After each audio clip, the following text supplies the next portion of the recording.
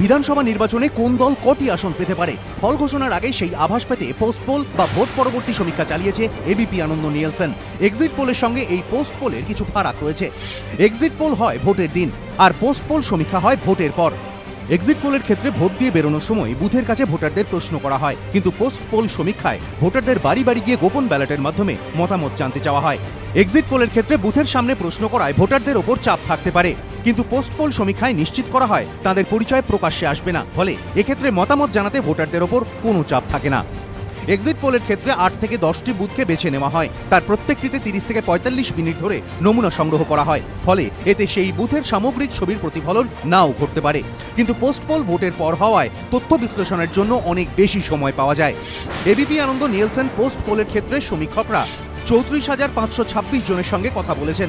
সমীক্ষা চালানো হয়েছে 5ই এপ্রিল থেকে 7ই মে পর্যন্ত 7 দফায়। এবিপি আনন্দ।